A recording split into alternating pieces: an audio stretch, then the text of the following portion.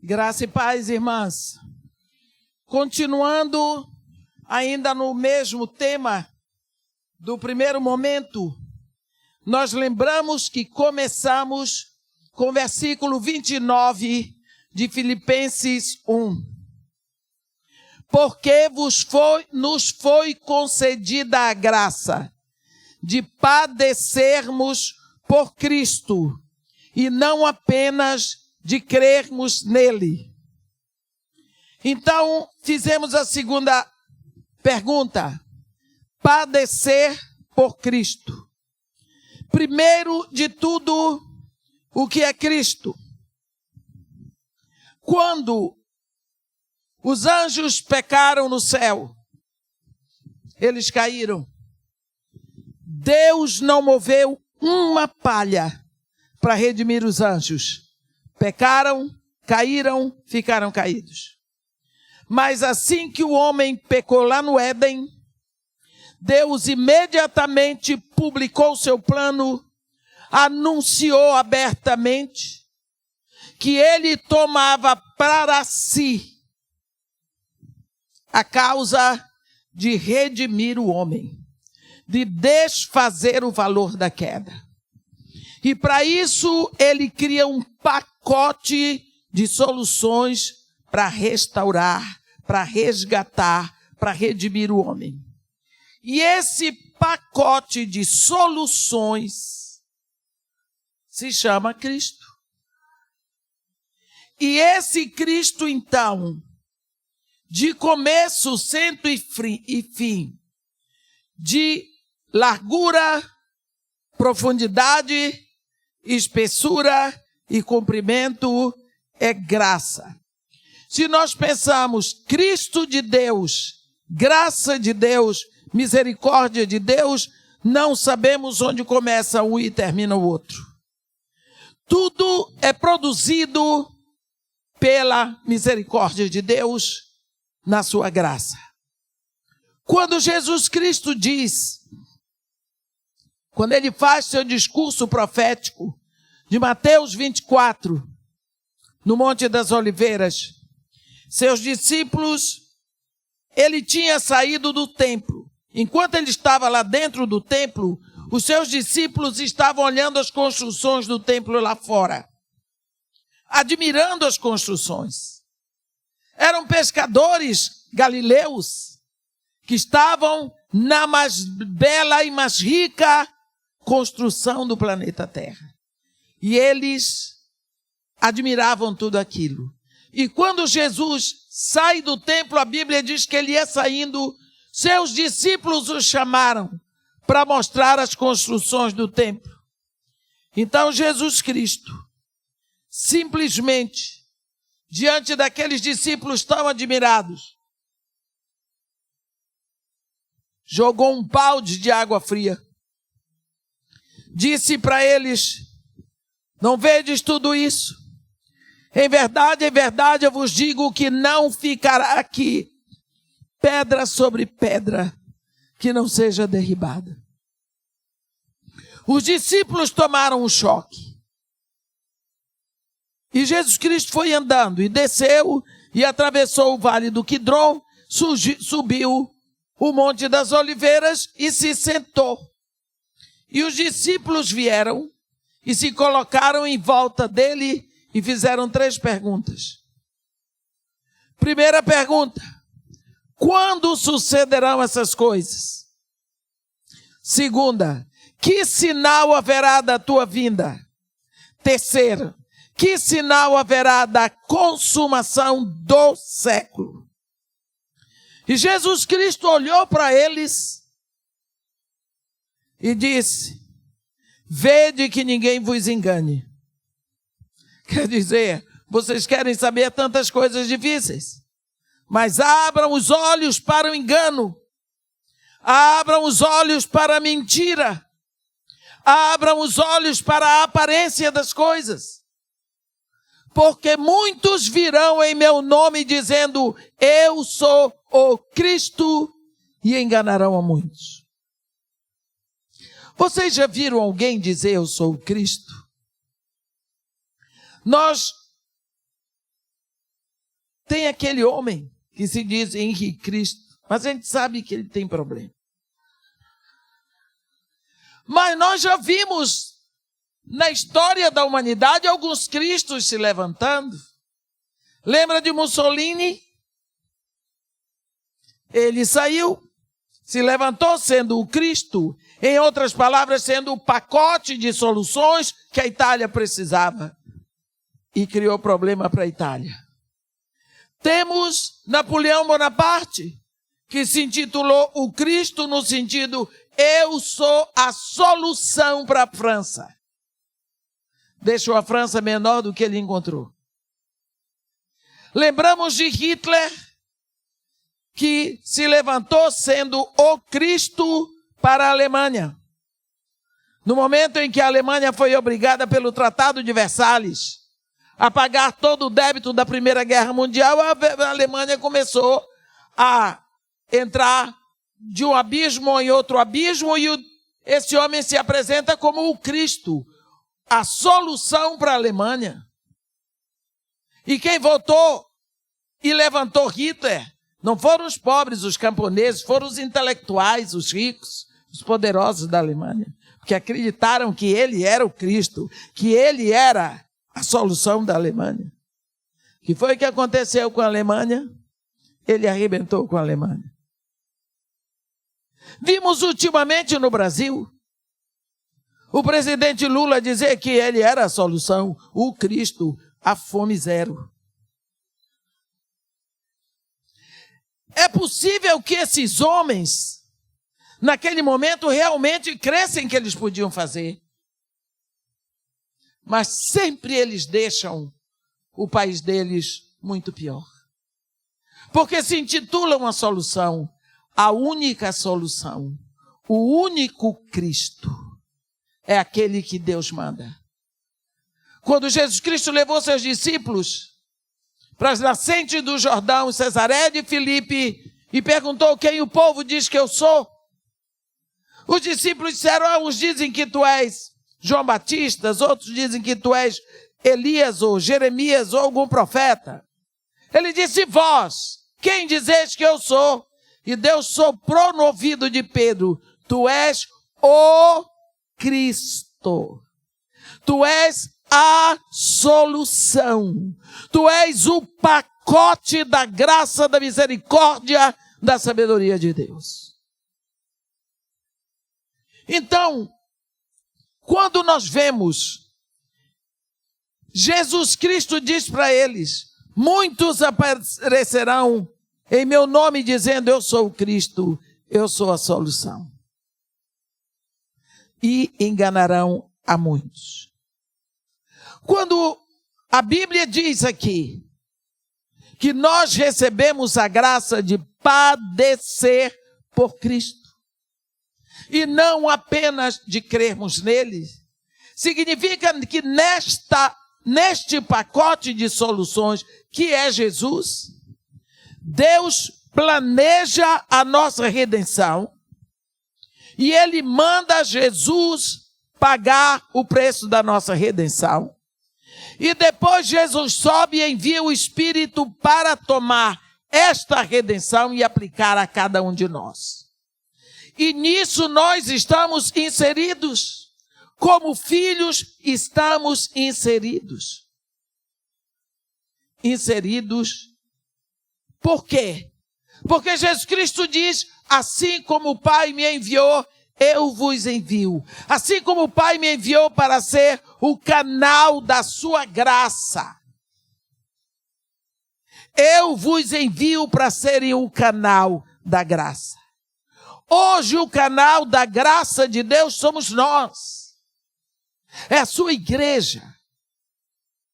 Quando nós vemos isso acontecer, lembramos que quantas vezes nós temos rejeitado a dificuldade, o sofrimento, pelo nome de Jesus, pelo Evangelho, depois de ter recebido tão tremenda graça de Deus, nos recusamos a dar um pouco do nosso suor, ou das nossas lágrimas, ou até do nosso tempo para estar com Deus. Significa que a graça que nós recebemos parece uma graça rejeitada.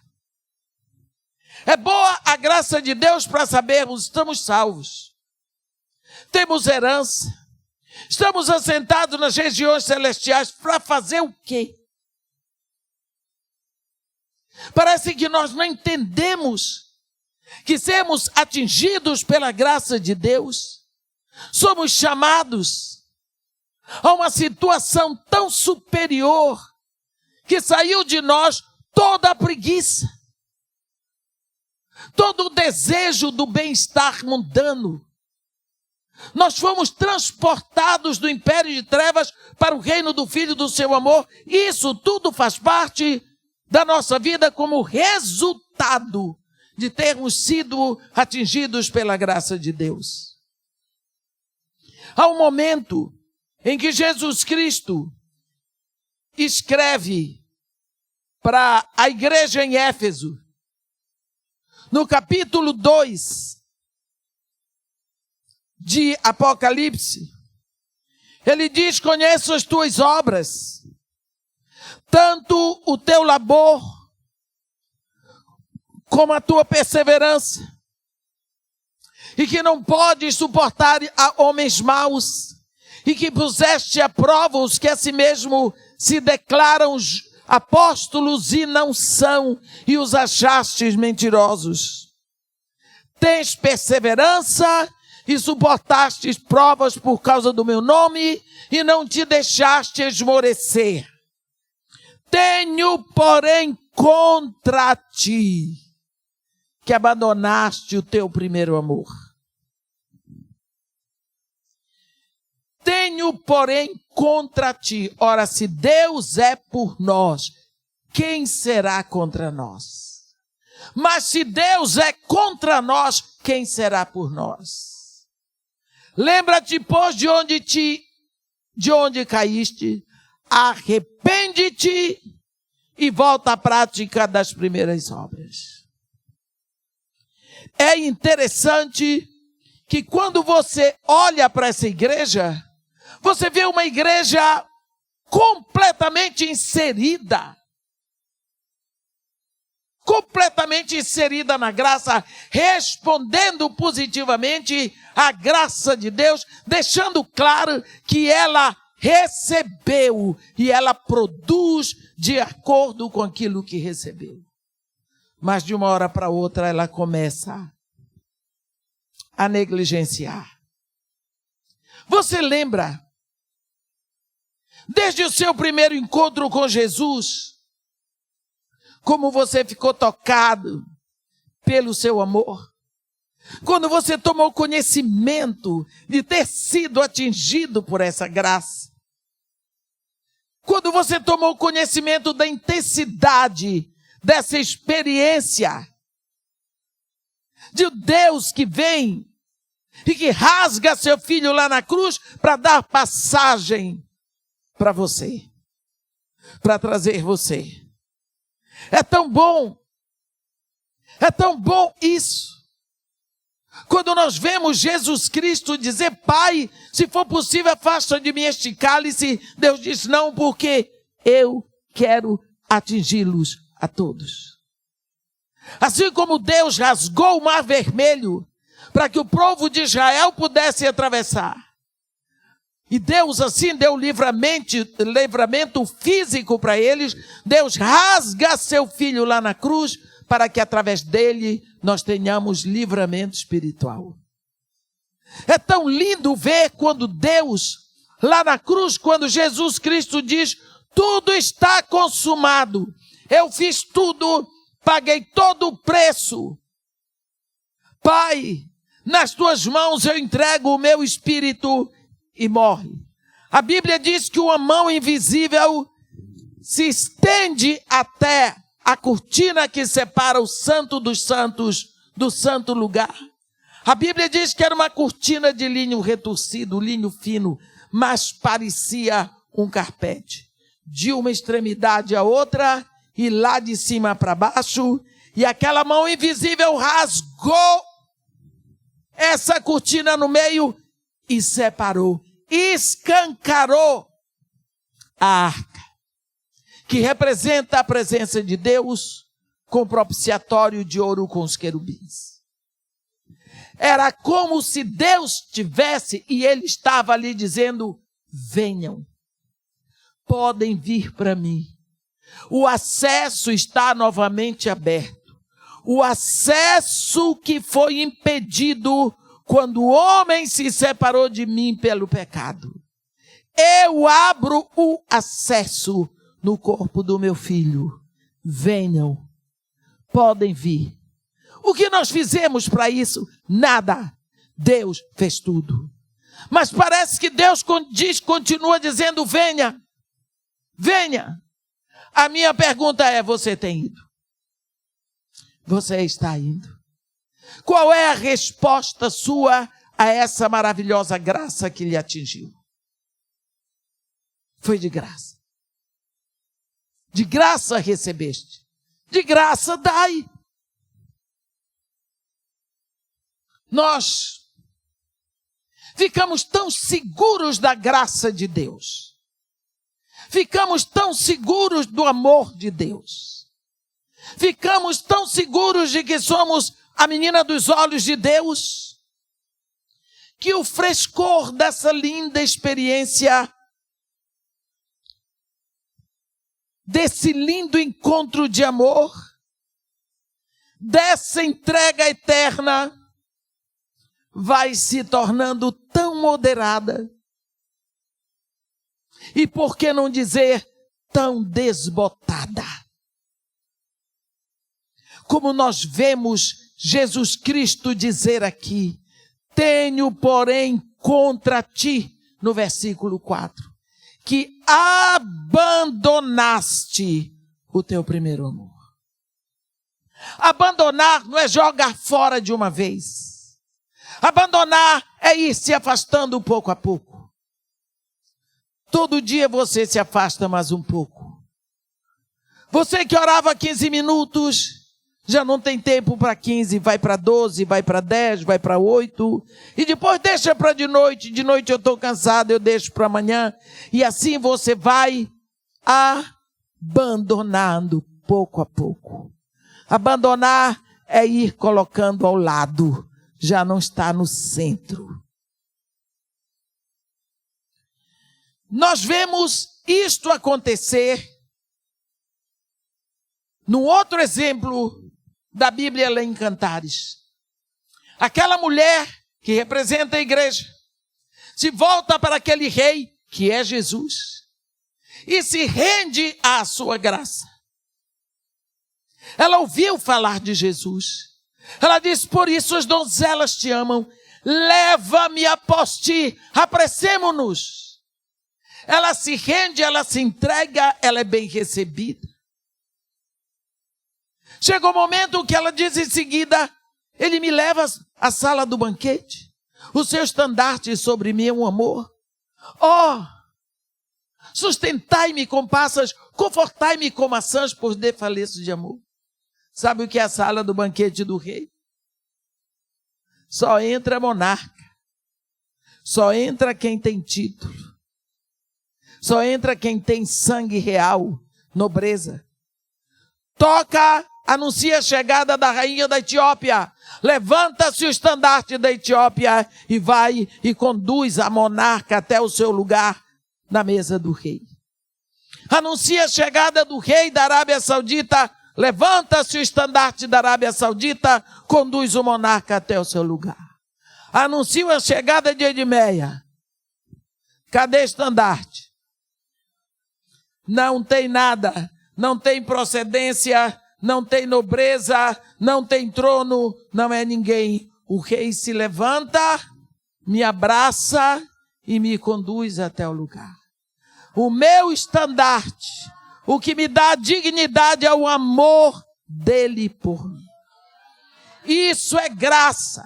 Não mereço, não tenho títulos, mas ele me leva. Da onde ele nos tira? Vem comigo do Líbano, noiva minha, vem comigo do Líbano. Vem comigo do monte do Senir, do covil dos leões, do monte dos leopardos. Ele nos chama, ele nos traz da imoralidade sexual, da idolatria, da falsa religião. Ele nos traz do inferno. Ele nos dá lugar assentados à mesa. Isto é graça. Não merecemos. Nem pensávamos, como essa mulher de Cantares: sustentai-me com passas, confortai-me de maçãs, com maçãs como nós, em belisca, que eu não acredito, é bom demais para ser verdade. Assim, esta mulher depois hiberna. Ela hiberna. Bem, já estou salva. Já fez tudo por mim, já me levou à sala do banquete, agora eu vou ficar numa nice. Já me entreguei a Jesus Cristo. Acabou. Começou. Porque para você ser salva, você não faz nenhum esforço. O trabalho é todo dele. Mas agora você vai ter que andar. Agora você vai ter que andar. É interessante, porque nesta situação de desmazelo pelo chamamento, nós preservamos a importância da conversão. Nós vamos à igreja regularmente, lemos a Bíblia, oramos na hora de comer, celebramos a ceia, mas aquela intimidade, aquele ardor que tivemos um dia, já passou. E quantas vezes pensamos em tudo o que aconteceu e sentimos como se fosse uma nostalgia.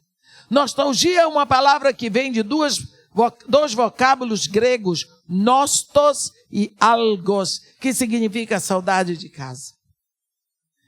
Sentimos saudade daquele relacionamento que tínhamos e tentamos retornar, mas não sabemos por onde começar. Procuramos ver alguns livros para ver como é que o povo ora, como é que o povo tem relacionamento com Deus. Às vezes queremos retornar a esse encontro de amor e por isso nós vamos copiar método dos outros. Que pena. Que pena. Isso me lembra o momento lá, em 1 Samuel 17, quando Davi tinha que ir enfrentar Golias, e Saul deu a armadura dele para Davi. A Bíblia diz, Saul vestiu a Davi da sua armadura, e depois sobre a cabeça um capacete de bronze, e o vestiu de uma couraça. Davi tentou andar para lá e para cá com aquilo tudo. Aquela armadura que não tinha valido para nada para Saul. Os soldados de Saul estavam todos com aquela armadura. Quando o gigante de Gate começava a atravessar o vale de Elá, eu quero um homem. O exército todo corria com aquela armadura. O gigante pediu um homem, parece que só tinha mulher. E Davi simplesmente disse para Saul, não posso andar com isto. E tirou aquilo de sobre si. A Bíblia nem chama armadura. Não posso andar com isto. E tirou aquilo de sobre si. Nós precisamos parar para meditar sobre a grandiosidade do que aconteceu conosco. Do que aconteceu conosco. No momento, eu quero lembrar que existem segredos na nossa família. Toda família tem segredos. E nós não podemos contar os segredos da família para uma criança, senão ela conta na escola, ela dá isso para todo mundo. Então, à medida que a criança vai crescendo, ela vai se assenhorando dos segredos da família. A mesma coisa, quando nós entramos como filhos de Deus, os segredos do reino de Deus vão sendo abertos para nós. Esses segredos se chamam mistérios e eles começam a ser revelados. Os segredos do reino de Deus, do nosso Pai, não são revelados para os ímpios porque não são filhos, eles são estranhos, eles são alienígenas. Mas são revelados para os filhos. Os filhos mais maduros entram em segredos mais profundos. Mas Deus tem um segredo tremendo, que Ele guardou por toda a eternidade e é revelado a nós quando nós lemos aqui em Efésios, no capítulo 4, no capítulo 3, olha o que Paulo diz, olha a missão de Paulo. No versículo 8 está escrito assim: a mim, o menor de todos os santos, me foi dada esta graça de pregar aos gentios o evangelho das insondáveis riquezas de Cristo e manifestar qual seja a dispensação do mistério desde os séculos ocultos em Deus que criou todas as coisas. Qual é o mistério? Para que pela igreja a multiforme sabedoria de Deus se torne conhecida agora dos principados e potestades nos lugares celestiais. Qual foi o ministério de Paulo? Qual foi? Qual foi a graça que Paulo recebeu? 2. De pregar aos gentios o evangelho das insondáveis riquezas de Cristo. 1. Outro, manifestar a dispensação do mistério. Que mistério é esse que estava oculto desde todos os séculos? Estava oculto em Deus. Só Deus sabia desse mistério. Pai, Filho e Espírito Santo. E manifestar para que os principados e potestades tomassem conhecimento. Os anjos não sabiam, os demônios não sabiam, Satanás não sabia. Era mistério. Quando Deus explodiu, demonstrou, derramou o esplendor maior, eterno da sua graça. Os principados e potestades e dominadores do mundo tenebroso caíram de 4. Pegos de surpresas, nada sabiam. Que mistério é esse? De que, pela igreja, a multiforme sabedoria de Deus. Que sabedoria é essa? O diabo sabia que Deus ia mandar seu filho. Sabia onde o filho ia nascer. Sabia que ele vinha para redimir. Sabia que ele vinha ganhar na luta. Sabia que ele ia nascer em Israel. Sabia que ele ia ser rejeitado pelo povo de Israel, que ele ia ser aceito pelos gentios. Mas ele jamais imaginou uma graça daquelas que Deus pegaria judeus e gentios para formar um homem novo. E que este homem novo seria reconciliado com Deus. E reconciliado com Deus, este novo homem, esta nova criação, seria entronizado nas regiões celestiais com todo o poder e glória como filho de Deus. Isto se chama igreja. E isto é o resultado da graça de Deus. Esse é o resplendor da graça de Deus. Esse é o mistério que ficou oculto em Deus pelos séculos. Eu quero dizer para vocês, no dia que isso ficou expresso, os demônios aprenderam uma coisa a respeito do chefe deles. Esse nosso chefe não tem sabedoria. Porque não sabia era de nada. De nada. Agora, a intimidade é que nós somos chamados pela graça. Olha, tanta gente aí querendo ser íntimo dos artistas. Conhecer os artistas e despreza a sua intimidade com Deus. Olha, o que é a oração? A oração é conversação com Deus. Se você for lá no dicionário procurar o que é conversação, está escrito assim: conversação, uma troca informal de ideias através de palavras. Não é bom isso? Lá em Êxodo 33, no versículo 11, está escrito que Deus falava a Moisés face a face, como qualquer um fala ao seu amigo. Não é bom?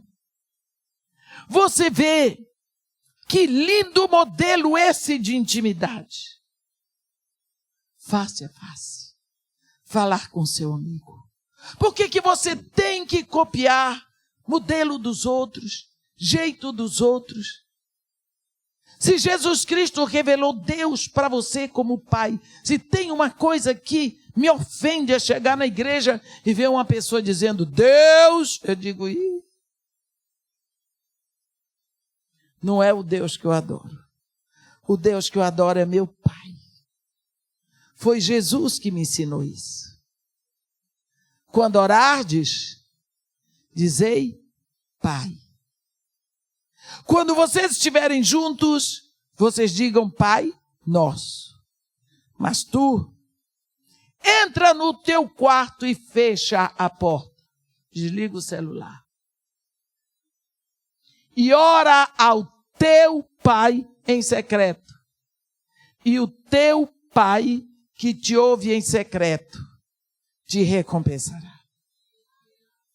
Você tem a liberdade. Ninguém conhece mais o Pai do que o Filho e o Espírito. E se o Filho diz para você chamar Deus de Pai, é porque o Pai quer ser chamado assim. A nossa intimidade com Deus, o nosso senso dessa graça que foi derramada, tem que mudar. Se eu perguntar para vocês, quem era o discípulo amado de Jesus? Quem é? João, quem disse? Ele. É só ele que diz. Ninguém mais. Mateus não diz que João era o discípulo amado. Marcos não diz. Lucas não diz. Só João que diz. E ele tem direito de dizer e ele não estava mentindo. Então também posso dizer. Sento na beira da minha cama e digo, Pai, aqui é a sua neguinha. Eu sei que o Senhor está me ouvindo. Estou com tanto sono, estou tão cansada. Mas eu sei que o Senhor me ouve. O Senhor está me ouvindo. Não estou conseguindo me concentrar. Mas também eu tenho prazer de falar, saber que só o Senhor me ouve. Não tem mais ninguém aqui, a não ser o Senhor. Estou com sono. Estou com preguiça. Tenho uma opção de coisa para fazer. Fico imaginando o que é ser o dono do trono da eternidade. Tanta dificuldade para pensar que eu sou sua filha. Só o Senhor podia fazer algo assim. Começo a falar. Às vezes eu digo, Pai. Às vezes eu choro. Às vezes eu sorrio. Às vezes eu reclamo. Às vezes eu agradeço. De vez em quando vem o nome de uma pessoa, eu entrego ali. Vem a minha nação. Vem o Iraque. Vem a Inglaterra. Às vezes vem a China. Às vezes, tantas coisas que vem, o Espírito vem trazendo. E eu conto as coisas mais incríveis para ele, as coisas que eu não digo para ninguém, porque eu sei que ele não vai fazer fofoca. Falo com ele. Eu tenho o meu próprio estilo. Às vezes as pessoas dizem, como você tem coragem de pegar uma caminhonete dessa, sair e voltar 1, 2 horas da manhã chovendo, eu vou pregar em Cabo Frio, eu digo, eu preciso. Desligo o mafioso do celular e vou embora com meu pai e converso e choro, rio. Pronto. Estou feliz. Acima de tudo, a oração é conversação.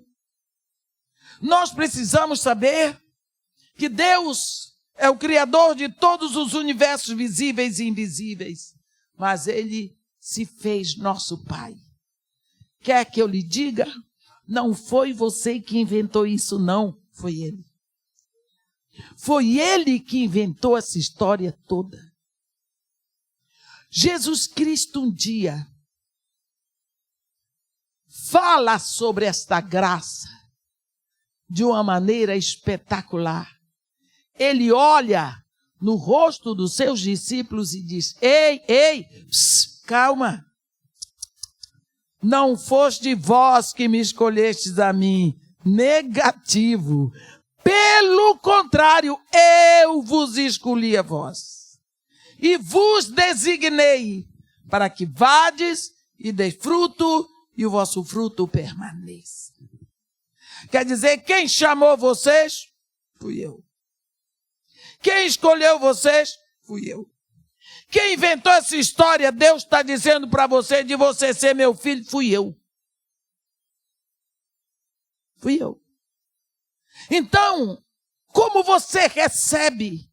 Qual é a sua resposta a tamanha declaração de amor? Dessa graça. De que forma você responde? Com desprezo? Lá em Gênesis 18, no versículo 25, Abraão falando com Deus, ele diz, olha, não fará justiça o juiz de toda a terra. Olha que seriedade. Mas esse mesmo Deus ouve a oração de Jeremias. Eu gosto de ver como Jeremias ora, a simplicidade dele, a intimidade dele. Jeremias estava triste como todos os profetas, porque Deus não ficava com eles. Ele passava e ia embora, porque no Antigo Testamento Deus não podia ficar na terra. Porque a Bíblia diz, o Espírito não tinha sido ainda dado, porque Jesus não tinha sido glorificado. Então o Espírito Santo vinha, enchia um profeta e subia de novo. E nesse momento, em Isaías 14, Deus rejeita a primeira intercessão de Jeremias. Não intercedas por este povo, Jeremias. Não levantes por ele clamor, nem oração, porque eu não te ouvirei. Tu não vês o que eles andam fazendo? Os pais apanham a lenha, os filhos apanham a lenha, os pais acendem o fogo, as mulheres fazem bolo para ser oferecida à rainha do céu e fazem libações a outros deuses. Não intercedas, porque eu não vou te ouvir. E ele rejeita a oração de Jeremias. E Jeremias diz: pois que as nossas maldades testificam contra nós, ó Senhor, age por amor do teu nome. Porque as nossas rebeldias se multiplicaram contra ti, nós pecamos. Ó esperança de Israel, e Redentor seu no tempo da angústia, por que serias entre nós como estrangeiro que se desvia? Como estrangeiro na terra, ou como viandante que se desvia para passar a noite. Olha que singeleza de oração. Olha. Depois, Deus rejeita a segunda oração de Jeremias. E Jeremias diz: não nos rejeites pelo amor do teu nome. Não cubras de opróbrio o trono da tua glória. Lembra-te, não anules a aliança que fizeste conosco. Por quê? Acaso haverá entre os ídolos dos gentios algum que faça chover? Ou podem os céus por si mesmo produzir chuva? Não és tu somente, ó Senhor, o que fazes todas essas coisas? Por isso,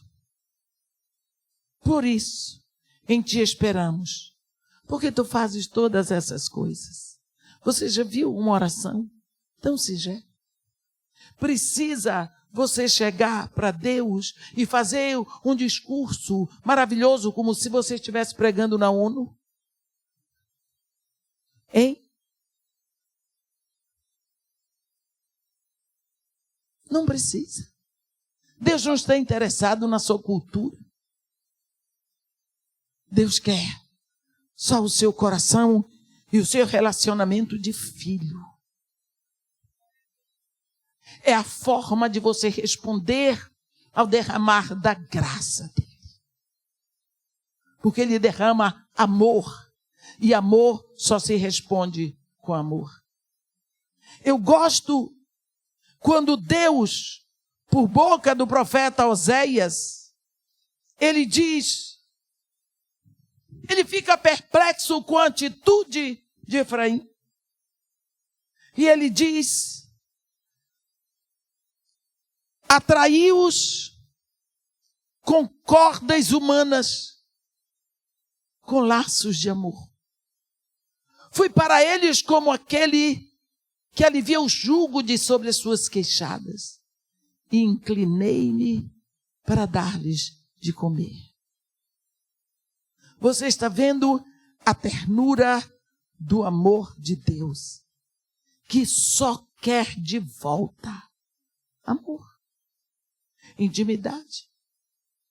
Por que será que nós respondemos de uma forma tão agressiva, tão desleixada? Ou talvez queiramos, como os hipócritas. Jesus Cristo diz: quando orardes, não farás como os hipócritas. Jesus Cristo está dizendo aqui que hipócrita também ora. É porque é ele que está dizendo isso. Em Mateus, no capítulo 6, versículo 5. Quando orardes, não serás como os hipócritas. Por quê? Porque quando eles oram para ser vistos. Não. Entra no teu quarto, fala com teu pai. Nós esquecemos que Deus busca esse relacionamento. Tudo o que Ele fez foi para abrir o caminho de volta para Ele. É o que mais surpreende. É esse amor derramado, é Ele que abre, é Ele que toma a providência, é Ele que entrega o próprio Filho, depois Ele acha pouco, dá o seu Espírito, acha pouco, dá o seu reino. Não tem mais, pequeninos rebanho, ao vosso Pai aprouve dar-vos o seu reino, não tem mais nada que Deus não tenha feito. Como respondemos? Com indiferença. Nós não temos noção do que pode acontecer pela nossa oração. A Bíblia diz, lá em Apocalipse 8, a Bíblia diz que a oração dos santos perfuma o trono de Deus. Isso eu gostaria que você visse. Quando o Cordeiro abriu o 7º selo, houve silêncio no céu cerca de meia hora.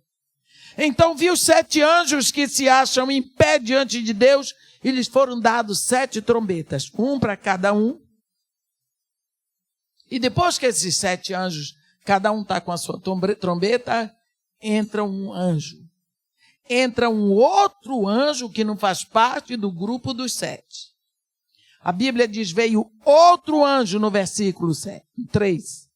E ficou de pé junto ao altar, com um incensário de ouro, e foi-lhe dado muito incenso para oferecê-lo com as orações de todos os santos sobre o altar de ouro que se acha diante do trono. Então, isso precisa ser visto. As orações que perfumam o trono de Deus são as orações dos santos. Não são a oração de todo mundo, não. É a oração dos santos. Deixa eu explicar isso.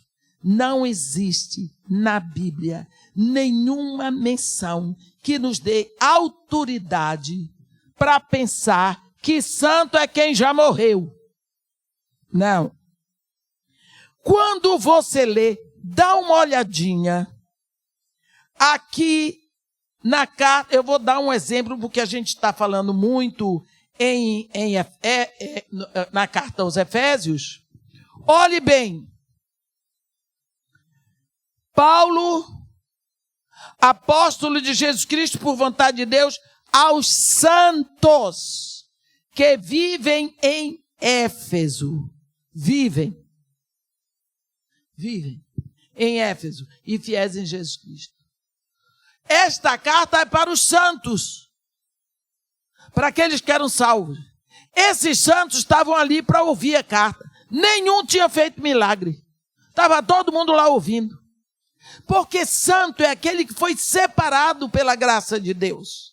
É aquele que foi alcançado pela graça de Deus, que disse sim à graça de Deus e se rendeu a Jesus Cristo. Então, uma vez que você se rende a Jesus Cristo, a sua oração sobe e perfuma o trono de Deus. Entendeu? Isso é bom você aprender e prestar atenção, porque agora eu vou falar de uma oração que não perfuma o trono de Deus. Olhe o que está escrito em Atos 10. Atos, capítulo 10. É lindo isso aqui. Mas tem um nó que Deus vai resolver. Morava em Cesareia um homem de nome Cornélio, centurião da corte chamada italiana. Piedoso e temente a Deus, com toda a sua casa, que fazia muitas esmolas ao povo e de contínuo orava a Deus. Entendeu? Ele orava a Deus de contínuo, mas a oração dele não atingia o trono de Deus para performar, porque ele ainda não era santo. A oração dele subia, mas não perfumava, não tinha acesso. Porque Deus não era o pai dele. Porque salvação só em Jesus e só através de Jesus nós temos Deus como pai. É Ele que nos faz filhos de Deus. É Jesus que nos faz filhos de Deus. Mas esse homem era piedoso, com toda a sua casa, dava esmola aos pobres e orava de contínuo. Deus, olha o que Deus vai fazer. Esse homem observou claramente durante uma visão, cerca de da hora nona do dia, um anjo de Deus que se aproximou dele e disse: Cornélio.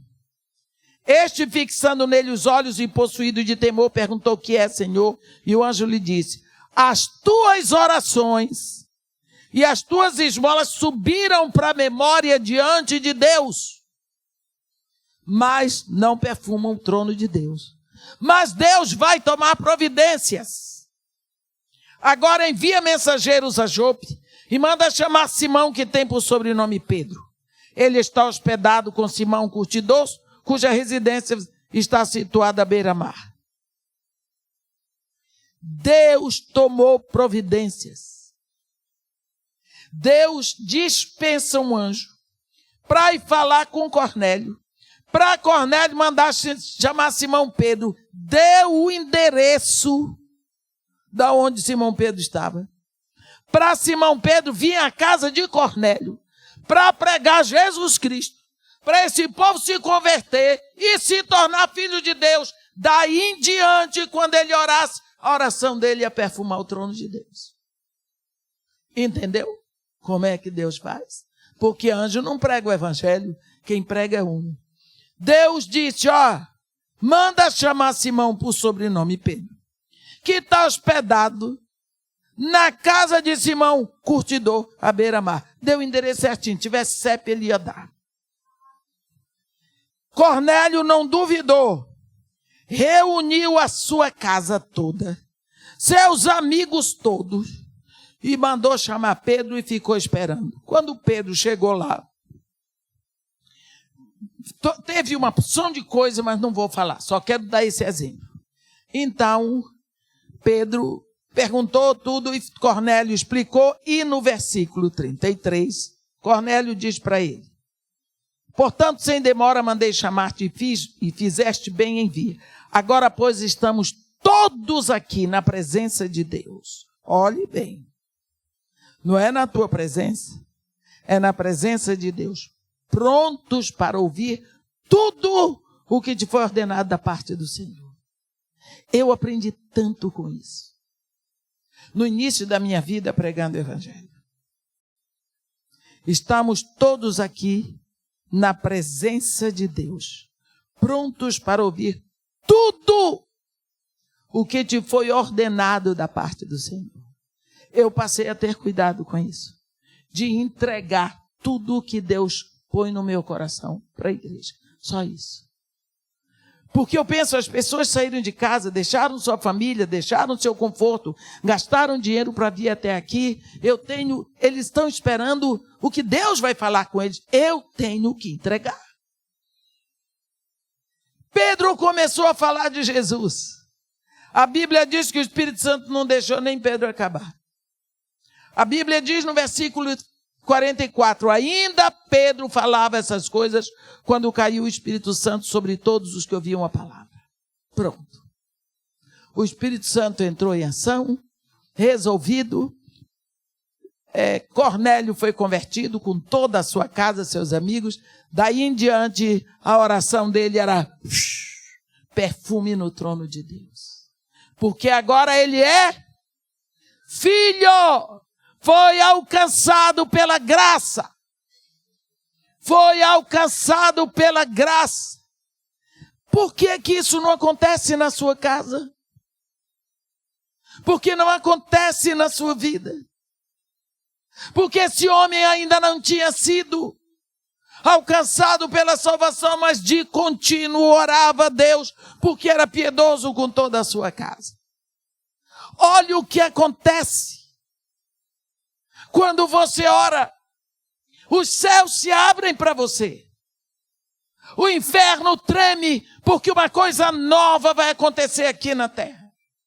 É um filho de Deus que está orando. Vou dar só mais um exemplo.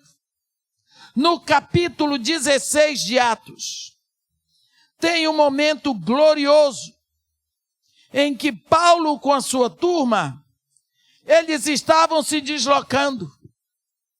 Então ele diz assim no versículo 6, e percorrendo toda a região frígio-gálata, tendo sido impedidos pelo Espírito Santo de pregar o evangelho na Ásia. Você diz, como?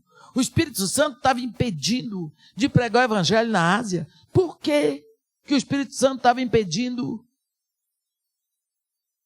Não sei. Você vai ver agora.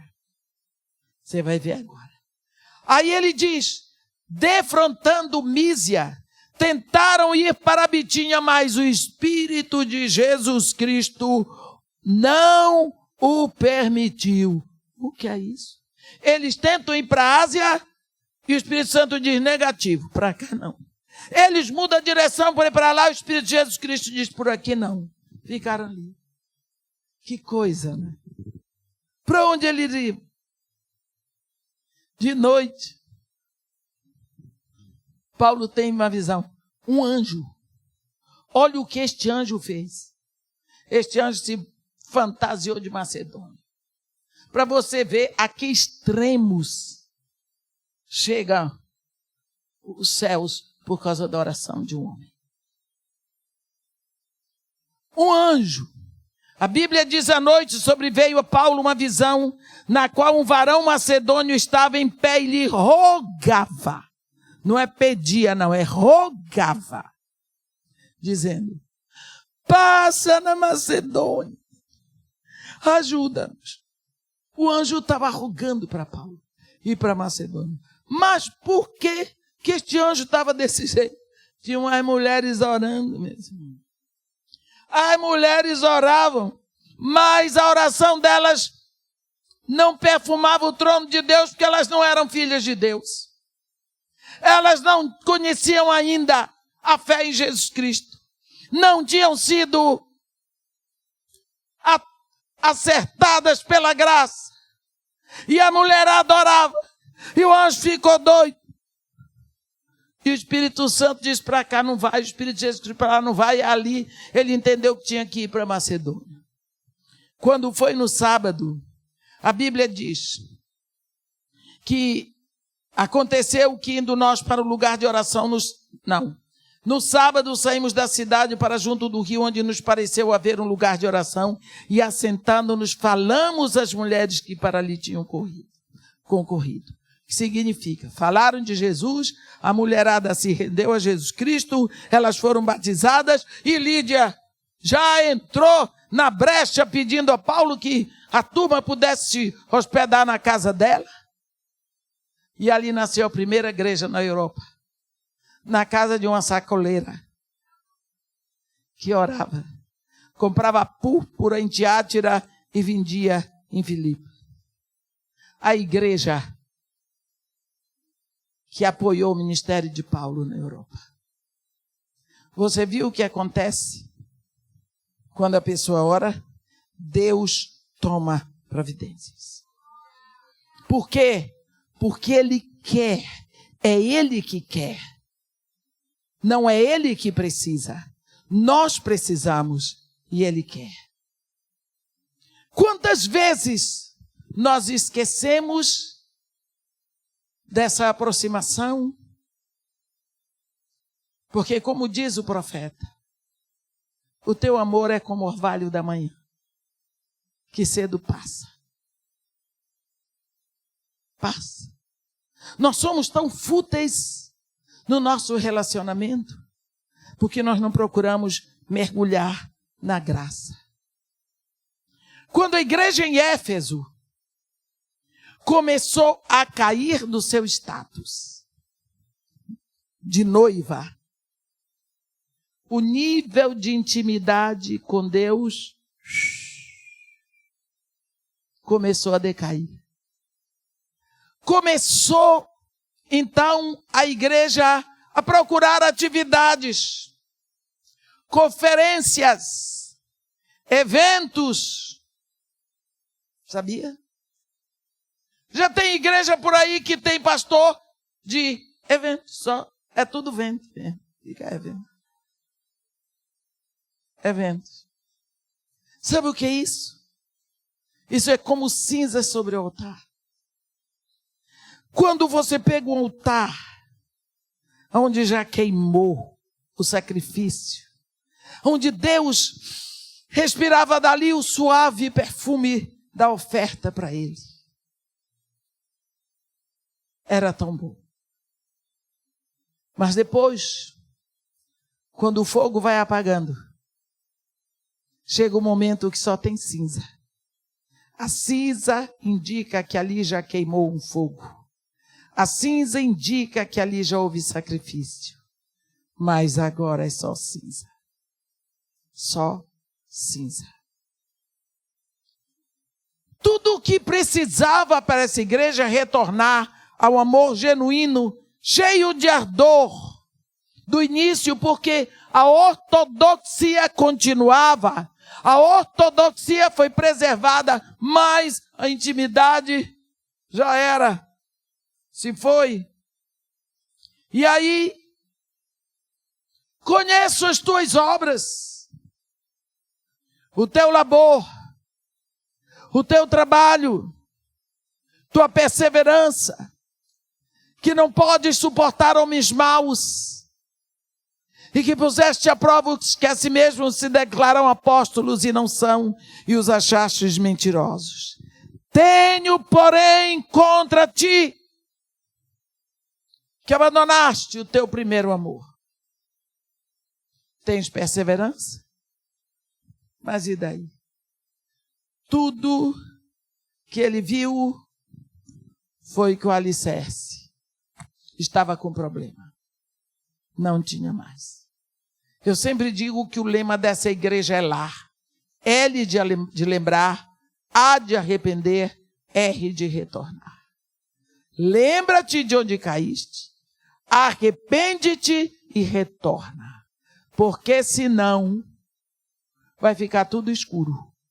Moverei do lugar o teu candeeiro. Primeira vez que eu fui a Éfeso, eu fui louca para ver se tinha igreja lá. Nenhuma. Significa que não retornaram. Para o ano eu vou levando um grupo de estudo em maio para a Turquia, 7 igrejas da Ásia e Grécia.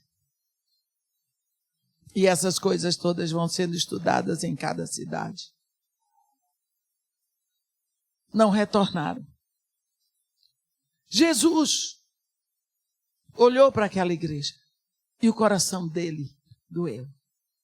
Ele foi abandonado. Foi substituído pelo ativismo da igreja. A igreja vestiu a camisa do trabalho. Estou trabalhando na igreja. Quanto tempo você gasta com Jesus? Eu não sei se eu contei para vocês da experiência que eu tive no Rio Jordão no passado, eu contei? Não. Eu não sabia como batizar ninguém, não sou pastora. E de uma hora para outra, Jesus Cristo me deu uma visão do que era o batismo. Era a pessoa entrando nele, sendo filtrada nele, para sair filhos de Deus. É o filtro de Deus. Toda a nossa sujeira fica em Cristo. A nossa morte, a nossa maldição. Ele segura aquilo tudo e morre. E aquilo tudo é enterrado com ele. Quando ele ressuscita vitorioso, dizendo assim: aí, morte, cadê a tua vitória? E nós estamos ressuscitados com ele. Isso, graça de Deus. Graça de Deus. Quantas vezes nos escondemos disso? Eu vou contar. Eu estava naquele dia ia ser o batismo no Jordão. E eu estava feliz da vida.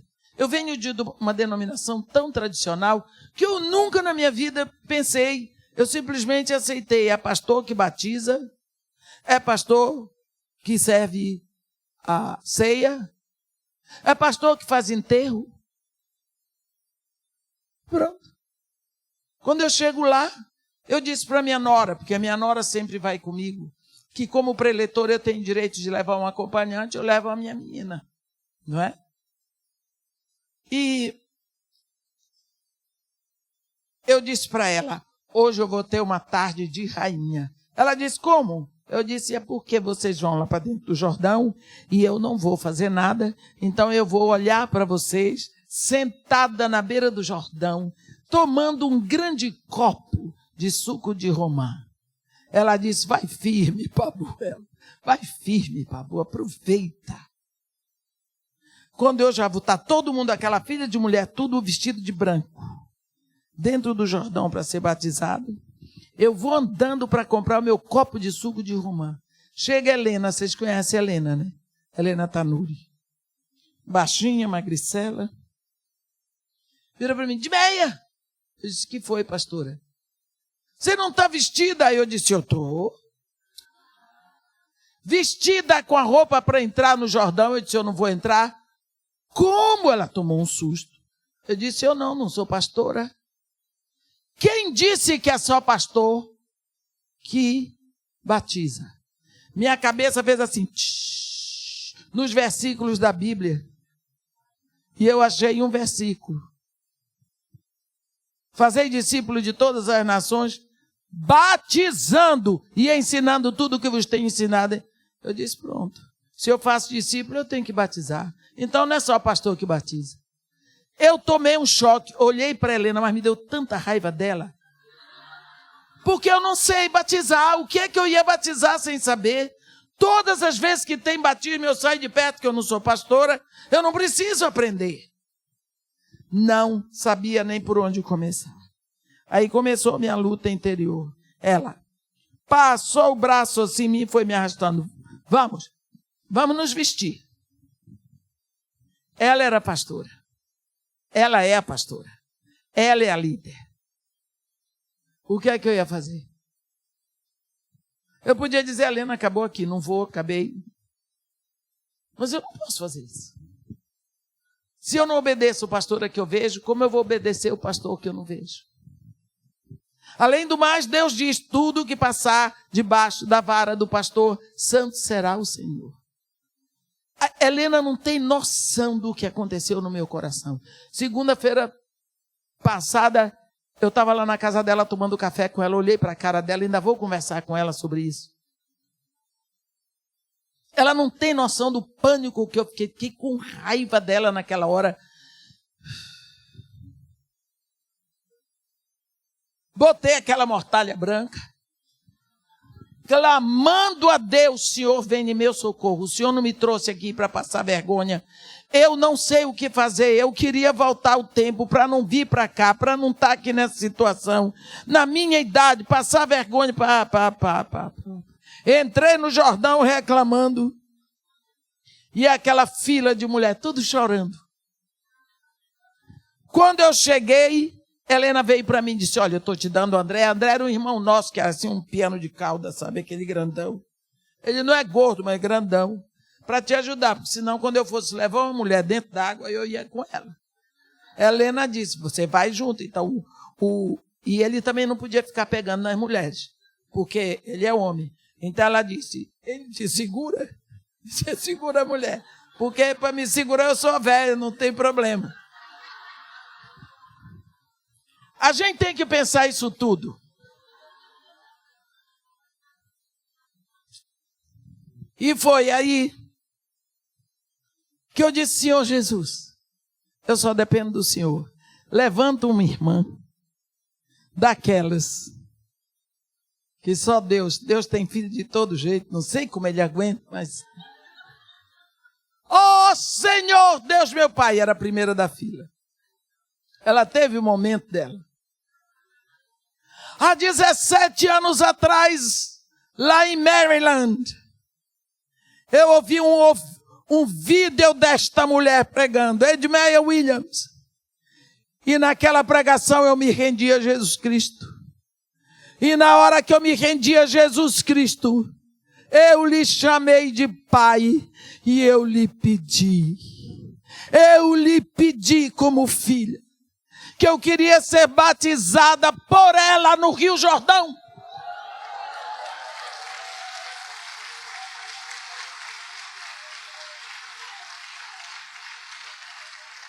Olhe bem, quando aquela mulher disse isso, eu disse, a culpada é você. Eu pensei, então a culpada é você.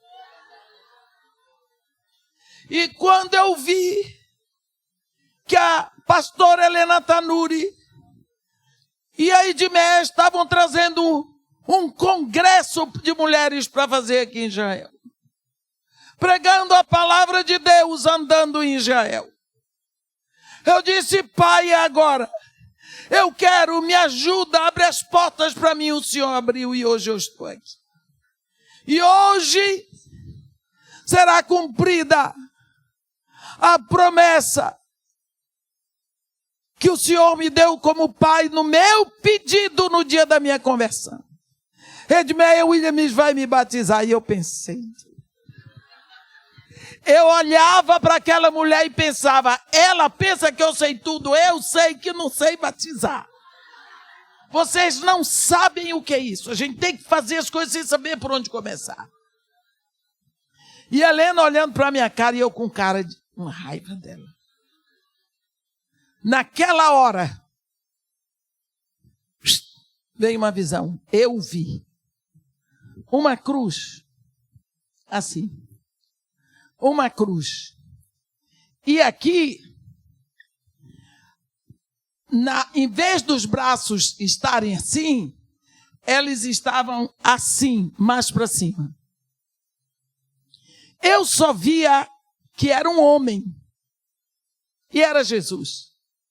Daqui, eu via ainda o queixo, para baixo até aqui. Aqui tinha um buraco. E como está escrito na Bíblia, saía sangue e saía água. E as duas mãos assim para cima. E eu via aquela mulher ser sugada assim. Sugada do rio. Molhada. E entrar por aqui, varando nele. E saindo por aqui. E entrando pelas nuvens. E a voz que me dizia, batizado é entrar em mim, morto pecador, filtrado em mim, sai, filho de Deus. Aprendi o que era batismo. E repeti isso para todo mundo. Eu estava com uma senhora que estava lá, falando disso numa igreja. E ela disse que eu repetia isso para todo mundo. E todo mundo queria ser batizado. No final, até a Helena veio para ser batizada comigo. Eu estava numa alegria batizando, que no final queria batizar mais, não tinha mais. Era só 90. Veio um povo dos Estados Unidos que estava lá, queria ser batizado em inglês, eu batizei. Veio um povo que era do Peru, queria ser batizado em espanhol, a Helena batizou em espanhol. Depois eu batizei a Helena me batizou. Eu estou louca para ir agora em setembro para batizar de novo. Você vê? Porque para mim aquilo dali é o cúmulo da graça. Ele não apenas vem para nos resgatar, para nos dar vida, mas ele faz do Filho dele sepultura da nossa maldição.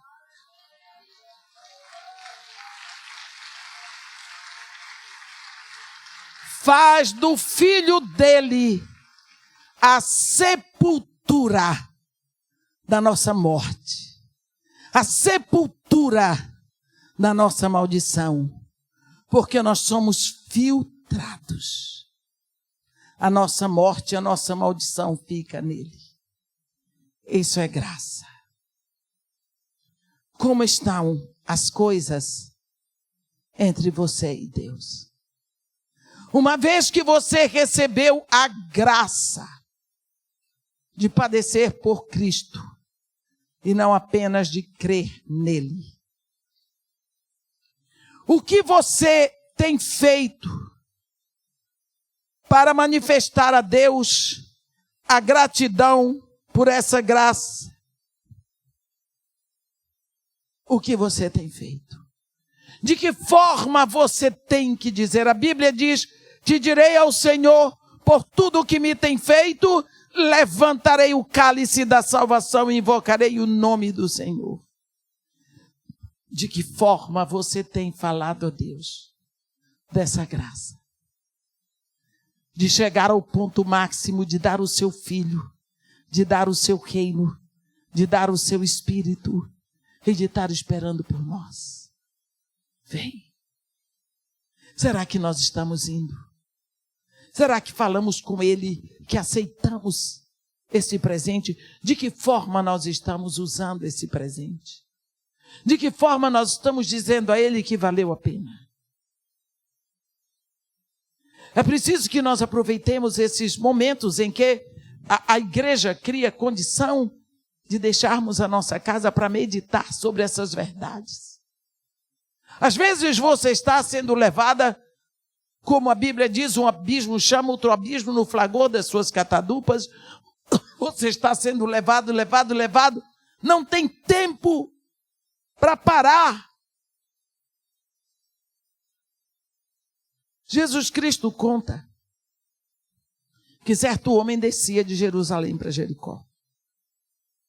Caiu nas mãos dos salteadores, que havendo tudo lhe tomado, lhe bateram o mundo, muito deixaram na beira do caminho semi-morto. Significa que ele descia de Jerusalém, que é alto, para Jericó, que é alto. Descer de Jerusalém para Jericó significa descer da luz para as trevas, da graça para o pecado. É o caminho do pecado. A Bíblia diz que casualmente um sacerdote passou ao lado, porque não dava para parar, era o caminho do pecado. Para o inferno. Semelhantemente, descia um levita, viu o ferido, passou ao largo. Por quê? Porque o caminho deles era largo. Jesus Cristo diz: largo é o caminho e espaçosa a porta que conduz à perdição. Aí Jesus Cristo muda o verbo e diz: certo samaritano que seguia o seu caminho. No caminho onde o homem descia, o sacerdote descia, o levita descia, o samaritano não subia nem descia, ele seguia. Por isso ele viu, se aproximou, cuidou dele. Ele foi o próximo do homem que estava ferido. Nós precisamos saber que ele vai cuidar de um homem do qual ele não esperava nada. Ele não tinha culpa do homem estar ferido. Ele não prometeu cuidar do homem. Mas ele pensou os ferimentos, colocou óleo e vinho, e ele botou em cima do seu animal, levou para a hospedaria, deu 2 denários para o homem cuidar desse ferido e disse que quando voltasse, se tivesse alguma dívida, ele pagaria. Isso é graça. Porque o homem não pediu, mas ele fez. Nós precisamos aprender que da forma como Deus derrama a sua graça, a sua bondade e a sua misericórdia conosco, é para nós fazermos a mesma coisa. Porque de graça recebeste, de graça dai. Assim como meu Pai fez de mim um canal da sua misericórdia, assim eu faço de vocês um canal da minha misericórdia. Amém? Porque tendes recebido a graça de padecerdes por Cristo, e não apenas de crerdes nele. Amém.